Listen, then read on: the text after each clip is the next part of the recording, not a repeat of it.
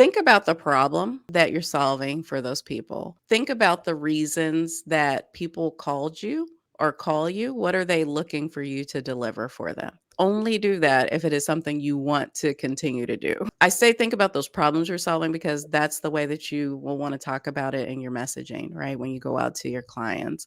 Hi, I'm Adrian M. White, and with over a decade of entrepreneurship experience and launching 4 successful businesses, I know what it takes to grow your business online and live a more purpose-filled life doing the work that you most enjoy.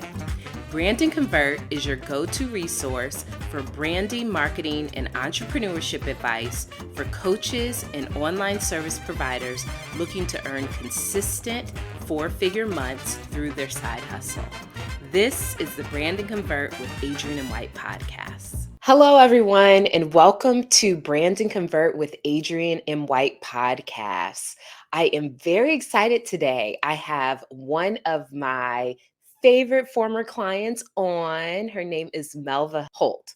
Melva Holt is the founder and CEO of Pace Leadership, a boutique leadership development, coaching, and consulting firm based in Atlanta, but serving clients globally.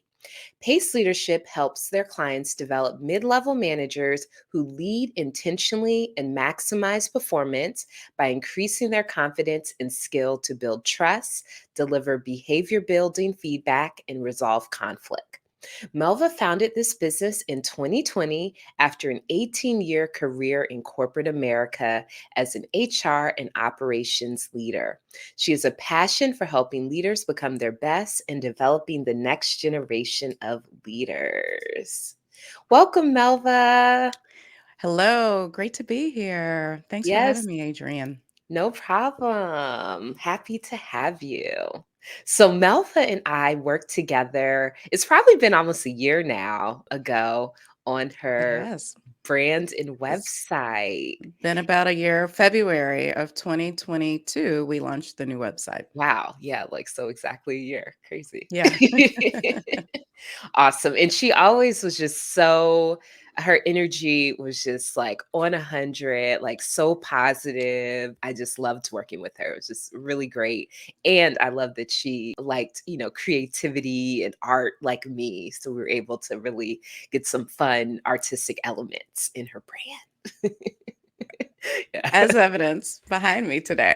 Definitely. I'm really excited to have you, and let's jump right in. So, Melva, how did you first even get into the entrepreneurial space? For me, I never saw myself being an entrepreneur like ever in my life. It wasn't something I necessarily aspired to. I didn't think I had the chops for it. But I will tell you that probably 10 years into my corporate career, I started to feel like I didn't know that corporate was going to be kind of my end goal. I didn't know what that was going to mean or where it was going to take me, but I just started to get this feeling that I don't know that I see kind of doing this for the rest of my career, which, Mhm. I remember starting and it was like, oh, it's like 44, 45 years of work is like, when people tell you got to retire at 65 or whatever. And I'm like, oh, that feels like forever. And it felt like that number never came down. So every year, I'm like, can I do this for another 30 years? And I Mhm. started to feel like probably not. But I will say it wasn't until I would say the late part of 2018 where the idea of starting a business started to even kind of present itself in my mind. And in 2019, I got really clear about okay, this was going to be the right next step for me with where I was going. My sister owned her own business. And then outside of that, that was about all that I saw from my family. So it wasn't something that I was surrounded by a ton growing up. I didn't have a lot of friends who were taking that path either. So for me, it was completely foreign. But I say once you like start to make your mind up on what you want, things start to clear a path. And in 2019, I was in a coaching program with a former colleague that I worked with. I mean, a lot of years prior, I don't want to date myself, but probably 14 years earlier, Uh-huh. had stepped out, started her own business, and was doing this coaching program, and it sounded amazing. So I started the program in 2019, And I would say that is where everything really took off for me. And this idea of, okay, let's go do this. Let's step out and become this entrepreneur. And, I credit her being able to answer a lot of questions that I had about the process, the journey, for me Mhm. getting comfortable with it. But, my husband was the main supporter. He would be, you have a bad day at work. I come home. Oh, this is going on. He'd be like, quit. I'm like, I can't quit. He sounds like me. That's what I say to my friends. So like, you don't need that job. You can do your own thing. So, he would tell me that a lot, like, "You don't have to be there, quit." And I thought he was like, I was like, "He's bananas, like, he's being crazy." And I was like, "Oh, no, he's really got my back on this." So, Mhm. 2019, it all came together for me in making the decision, kinda laying some of the foundation to be able to walk away from corporate America at the top of 2020. Didn't start my business in 2020 because COVID happened. I actually walked away from the job in January of 2020 in order to start this business. Wow. So when you walked away, did you immediately get into you doing your own business or did the pandemic kind of impact that? A couple things happened. First, I was like, I need to take a break. My last day working for someone else was January 31st, 2020. Okay. And I said, okay, let me take some time, right, to clear my mind and just like really decompress, right? Been working a long time. Let me decompress.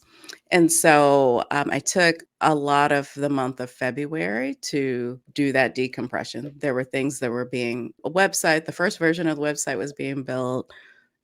Some other back end work was happening to get ready to launch in March. And I want to say March 17th was kind of the date that I was planning to, we're doing this. I was Mhm. starting to take meetings though in February because I was getting some referrals. So I was starting to take some meetings for sales conversations. So all of that was kind of happening. And then when the pandemic happened, it gave me the space to do a couple of things. First, just to take a step back and make sure I didn't find myself in some spaces that I really didn't wanna be in. So I was getting calls like, "You would be great to do this, like, we need this. This would be great in the pandemic. Everybody Mhm. needs this." And I'm like, "Yeah, so I know I did that and I was good at it, but I don't wanna find myself like, I don't want that as a job that I created for myself." Mhm. So it, gave me the space to actually be quiet and listen to what was going on out there and not hasten myself into a place just because I didn't panic because we had a financial plan and we were like, we're good. I didn't panic. Mhm. Secondly, one of the real benefits out of starting my own business that I wanted to get was just this ability to control my own time, spend more time with my family, with my kids. And at that point in time, my kids were nearing the end of elementary school and where we became teachers and all these other things all of a sudden at that point in time. So it accelerated that path to spend more quality time with my family, which I really appreciated. Like that's a huge silver lining for me personally that Mhm. came from the pandemic. So I signed my first contract in May of 2020. So it took a couple months and then got started. So we got started in June. And from there, things just continued to build and build and build.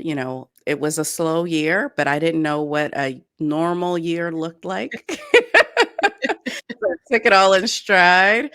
Mhm. 2021, I still didn't know what a normal year looked like. Took it all in stride, and then, we really saw, I would say, the benefit of the seeds that were sown over those 2 years in 2022, where, we've continued to grow the business in a huge way. That's a bit about the journey. It was not easy, but it was what it needed to be, honestly, for my growth. Awesome.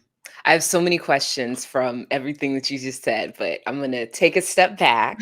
And the first question I have is so you said that you embarked in hiring a business or coach in 2019. What type of coach were they, and how did you even know that that was what you needed at the time? That person was actually running a program for multicultural women in corporate America. So Mhm. their focus was on helping to build leaders, women in particular, to get to the highest level within corporate America that they desired to get at. But the aim was to skill them to be ready for the C suite. For me, I kind of, because I was indifferent, I had this goal of like, yeah, I want to get to the executive level within corporate America. And I did before I left. It all happened in pretty quick succession, but I did get there before I left. Congrats. Thank you. And honestly, I wasn't looking. I didn't even know what to look for. I had a coach previously, maybe 2 years prior to that, who helped me in my efficiency, like really helped me grow in some ways that, I mean, I still do some of those things to this day that I was practicing. I learned from that particular coach. And so when she presented the program, I was intrigued because I knew I had success with the coach previously. And I'm like, okay, I see value in this. Even though Adrian, the very first coach I had, I was made to get that coach. I did not know what it was about. I didn't want to get it. My boss was like, I want to support your development. I want you to get a coach. I want you to find somebody you'd like to work with. I drug my feet for almost a year to find myself a coach. So I like literally I was like, I don't know what this is going to provide me. I've got mentors in the company, all this other stuff. What's the Mhm. coach going to bring? And then today I'm like, everybody needs a coach all the time. Mhm. So I've done like a complete 360 on how I feel about all of that from my first endeavor with the coach, which was 2016 to today. Nice. So the coach that you had in 2019 wasn't specifically like a coach, like an entrepreneur coach. She No, the goal was for me to continue to progress in the corporate ladder. Right. But I will say, in that time, I got promoted 2 times. So, Wow. from the time that I agreed to sign up for the program, I found out I was getting promoted early at the start of the program. And then I was promoted again 6 months later. Wow. And then you left. And then I left 6 months after that.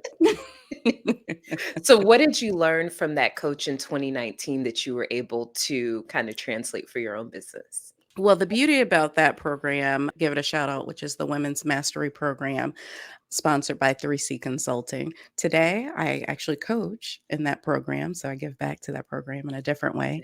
The focus of the program, while it was around becoming a stronger leader, it really started in who you were as self. And we spent a lot of time at the beginning of the program. It was 12 months. We Mhm. spent a ton of time in the beginning of the program, kind of sitting with ourselves and determining what it is that we actually wanted. And I would say it was that space, those conversations, those classes, those coaching sessions that really helped me to really frame, okay, what is it that I actually want Mhm. when I'm true to myself and I'm not thinking about what I feel like I need to do for my family or for work or what I think people want me to do. And I kind of take off all those excuses, frankly, Mhm. that wall that I had created. And once I actually like said those things to myself that didn't want to say to anybody else, I realized, no, I really don't want to work for anybody else. I don't want to work for anybody else. Mhm. This is the path I've been told, right? Like get a good job and do all these things, keep that good job and work your way up, right? Those are the messages I had programmed inside of me. But the writing was on the wall for a pretty long time that I actually probably didn't want to work for anybody else. Like to say, I don't really like authority. Mhm. This is sounding very familiar. Meaning, I don't like others have authority over me. Right. I don't mind authority, but I've always been one to challenge the status quo, always been one to lean in and want to do something a bit different. And so once I got honest with myself and clear with myself, that's where it came out in that program. Awesome. I love that. So you said earlier that in May 2020 you got your first contract. What did you do to get that first contract? It came from a former colleague, coworker. And so I will say all the business I did in 2020 and a good portion of the business in 2021, I'd have to go back and look, all came from referral. So I was putting myself out there trying to figure out what social media was going to mean, especially because everybody and their mom started doing something over the pandemic and social media. But I recognized that, hey, I needed people to know who the new Melva was, Mhm. in that, hey, I'm no longer working a W-2 job, but I've got this business and let me tell you about what I'm trying to do. And so for me, actually the pandemic was great because people were yearning for connection and looking, so I was able to reconnect with people I hadn't talked to in like years, decades sometimes, like, and just pick it up. What are you doing?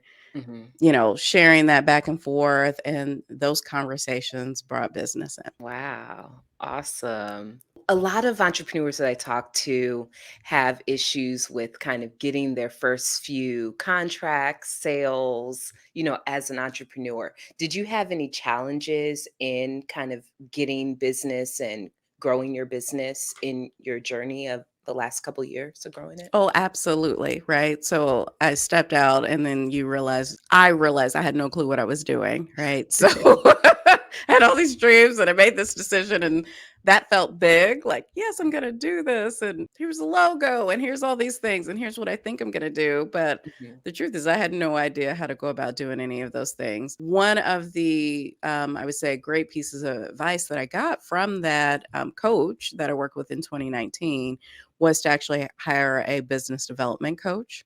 mhm, And so I hired a business development coach. I signed the contract with them in January of 2020. I had that coach and their programming as something that I could work from the entire time. And so I'm very happy I had that because there were constant kind of business development sessions happening.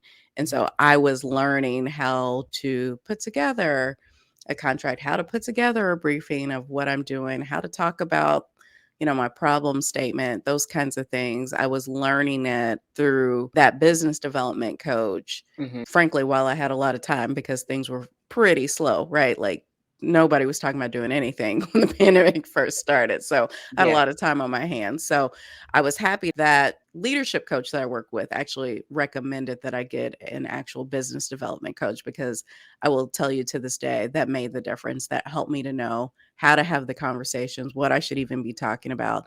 And I fumbled my way through a lot of that, but I'm sure you're enjoying this episode, but I wanted to quickly pop in to let you know about the cool swag I'm wearing in today's episode.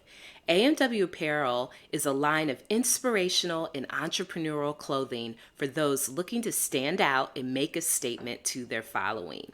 We provide comfortable and high quality t shirts, sweatshirts, tank tops, and more. A portion of our proceeds go towards helping aspiring teenage and adult entrepreneurs in underserved communities launch their own businesses. Enter code 10OFF, all caps, for 10% off your first order. Get yours today at shopwithamw.com. I appreciate your support. and I fumbled my way through a lot of that, but it got better, it got easier over time. Mhm. That's awesome. When you're talking, I'm like hearing a lot of similarities in some of the things that we did to grow our businesses. And one of the things that helped me a lot with doing sales, growing my business was hiring a coach that specialized in, sales and business development as well. Yeah, I think that's great. A lot of entrepreneurs, that's one of their biggest issues is how do you close the sale? Should they go about trying to get larger contracts or work with the government or, work with people one on one and stuff? So I love that. You found coaching to be really helpful for you in that area. Oh, yes.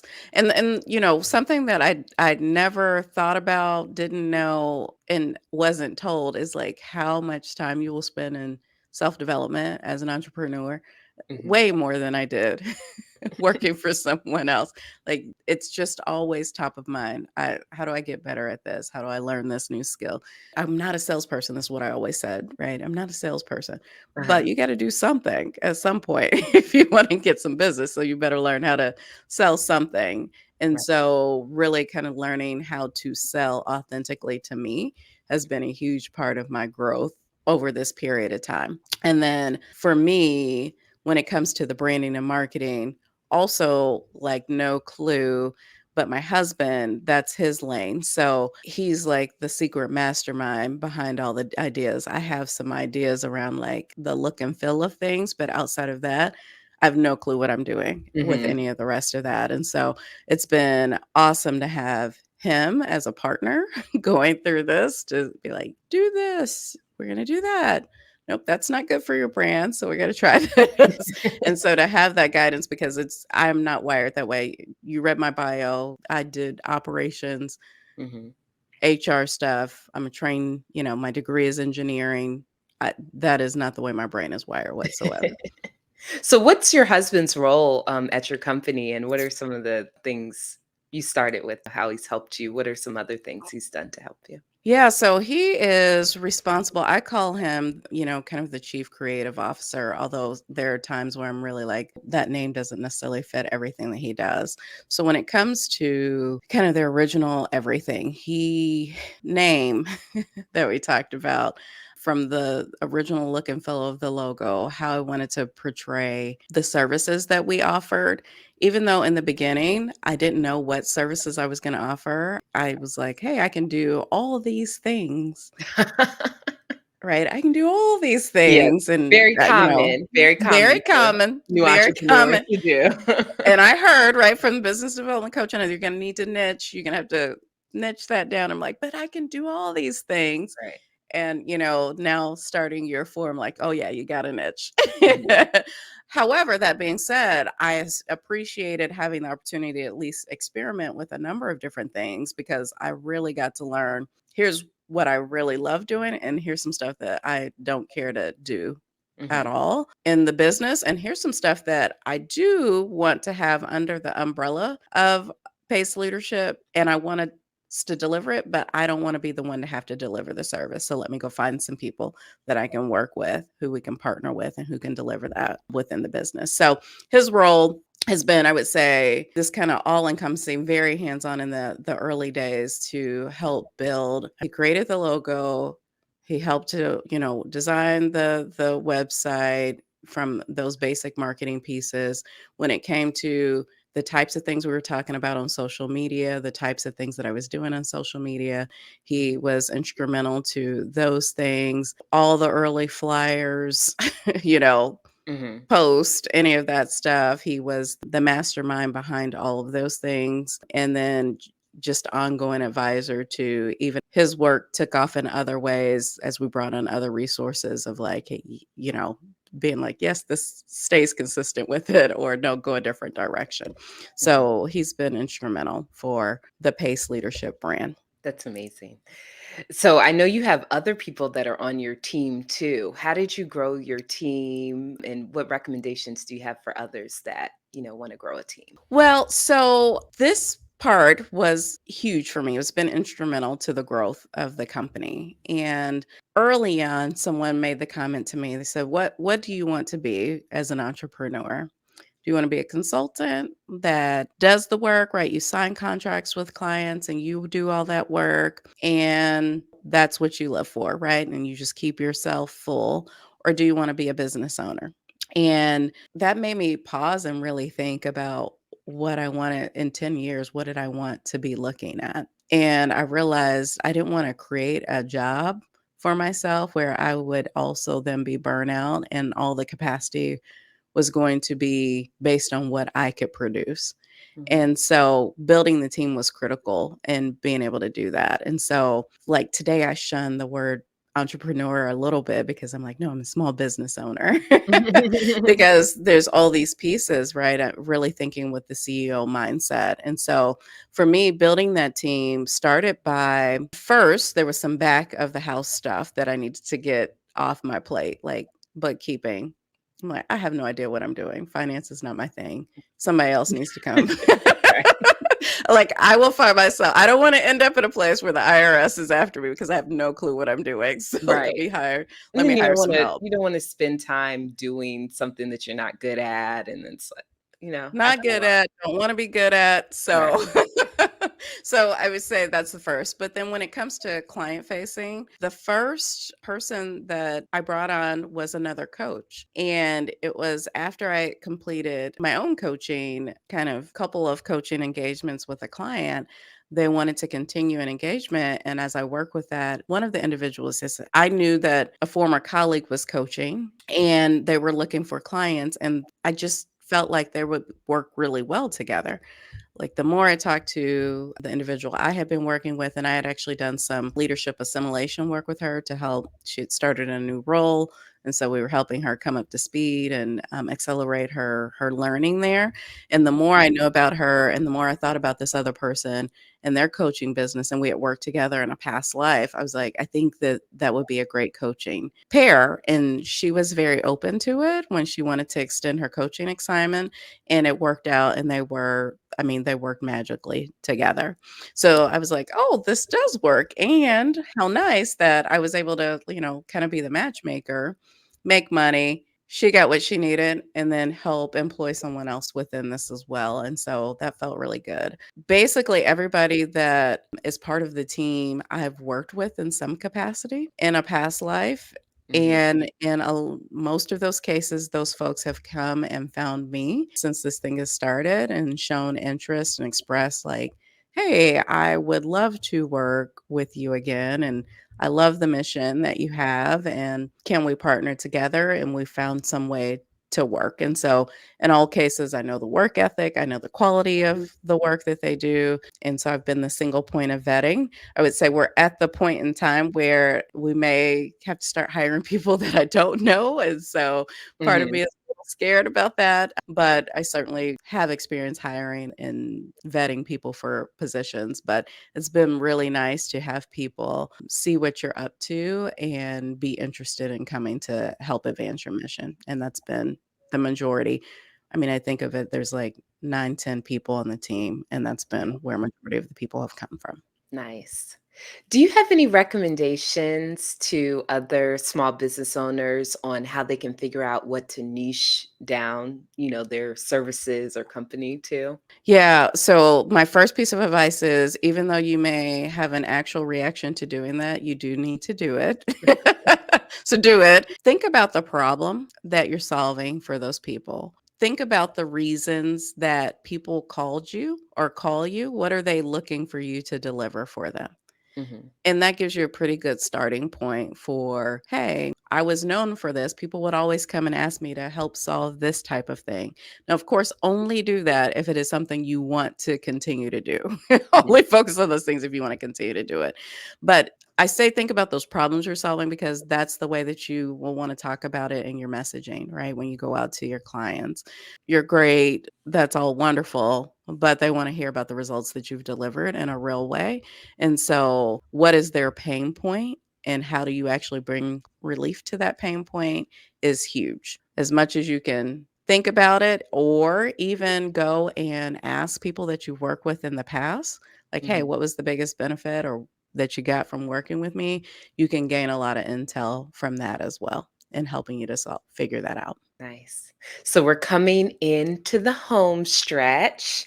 Do you have any final words of advice for entrepreneurs, or maybe they're aspiring entrepreneurs that, they've been thinking about kind of doing their own thing, but they are afraid to make the jump or they're not really sure like how to get started? I would say, one, if you think it and it's on top of your mind, then do it.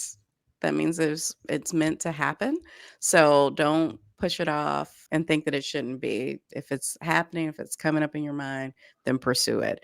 This is a faith over fear walk. This entrepreneurship journey is definitely a faith over fear, Mark. There's no way that you can have everything worked out. There's no way that you can have all the answers. It's impossible. So do your homework, do some legwork, and then lean into the possibility, lean into that to get over the fear. And there's a freedom that comes with entrepreneurship, being in complete control of your time that you just cannot experience anywhere else. And so think about that as one of your biggest kind of wins on the backside. That's what I think about when it's tough, it's rough. Oh, where am I going to get the next client? Oh, we need to do this for cash flow, whatever. There's nowhere that I could be working for anyone else and have complete control of my time. And Mhm. so anytime something's going on, if I don't like it, I'm like, I did this to myself.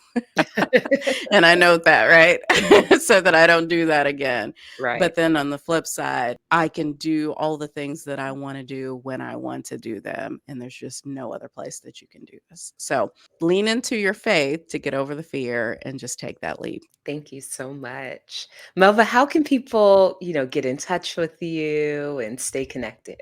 Absolutely. So you can reach me a number of different ways. I am on LinkedIn. That's my primary social media platform, just being that we service business to business clients. And so you can find me. I am Melva Holt, the management maven on LinkedIn. So hook up with me there. I'm also on Instagram as the management maven. One of the E's is missing. Don't ask me which one at the moment.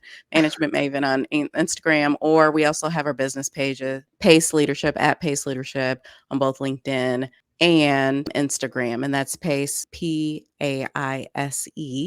People Achieving Impactful Sustained Excellence. So feel free to find me on one of those venues. And thank you so much for having me. And then one more shout out to my husband that I talked about a ton, Mr. Gregory Holt of Pace Media Group. Thank you for your support.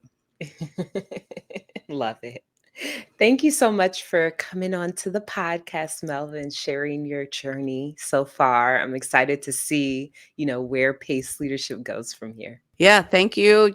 We love our website. So guys, Adrian does a fantastic job, and we love working with her. So looking forward to staying connected and seeing where we go from here. Thank you. You're welcome. Thanks for tuning in. You made it to the end. We have more amazing episodes like this on the Brand and Convert with Adrian and White podcast available on Spotify, Apple Podcasts, and YouTube. Don't forget to follow me on Instagram at Adrian and White and learn more about working with me at adrianandwhite.com. People always ask me how I scaled my business to 6 figures per year and now work full-time in my purpose. After over a decade of entrepreneurship experience in launching 4 successful businesses, I know what it takes to earn 4 figures per month consistently through your side hustle. Start learning how to position your brand to stand out from competitors, identifying the right ideal client that will pay you premium pricing, and crafting a message that connects with your audience and leads them to work with you in my free community, Brand and Convert with Adrian and White on Facebook. Join today at amwcommunity.com.